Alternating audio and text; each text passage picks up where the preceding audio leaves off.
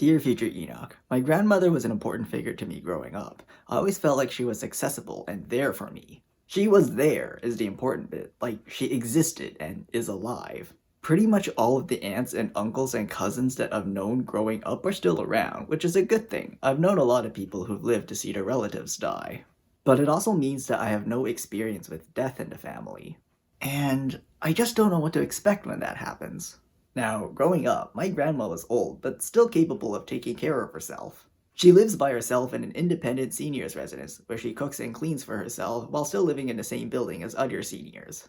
I have countless memories of visiting her apartment, small but cozy, where we would eat her food and watch her TV, which I remember had a special channel, I think it was channel 59 or something, which tuned into the lobby camera, so you could see, with 2003 era quality, who was at the front door and decide whether to buzz them in. Doorbell cameras before IoT took over our homes.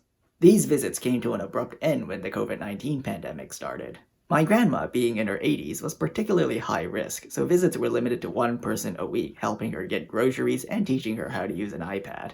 At first we were on edge, but still positive. We would talk on the phone every week. Then in March of 2021, she was hospitalized due to a ruptured artery in her neck. She recovered, but she was never quite the same after that. Her diabetes went off the charts, with her blood sugar levels fluctuating from extremely high to dangerously low in a matter of hours. She would often spend most of the day sleeping, complaining of fatigue and tiredness, and having no interest in activities. Her appetite diminished, and all she wanted to eat was fried noodles, refusing rice, vegetables, and meat that wasn't barbecued pork. And her mental capacity had all but evaporated. She would often forget what time of day it was. She couldn't remember what meal she was eating. And she would forget my name, and even who I was, until she was reminded. For some of us, death comes very suddenly. One day someone is there, the next day aren't. But for others, death seeps in slowly, like a drop of dirty water slowly spreading out and polluting the bucket. Watching my grandma deteriorate like this, death not being a binary but a process, knowing that she's unlikely to recover, that her last breath and words are just around the corner. I mean, I knew that my grandmother's death is within my lifetime. I've known people that have lost family and relatives, and I've known people that have died since, but I've never had someone that I've grown up knowing and have become so close and attached to. It's something I've never been able to relate to whenever someone told me about a death in their family.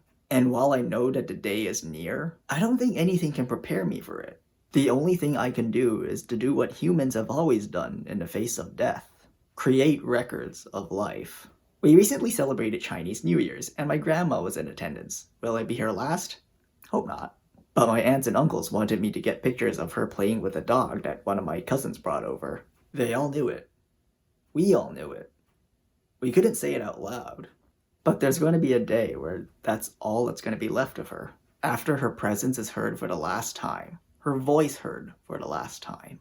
After the figments of her ephemeral vapor has faded from memory, when there is no one left that has seen and interacted with her. Is this why I got into photography?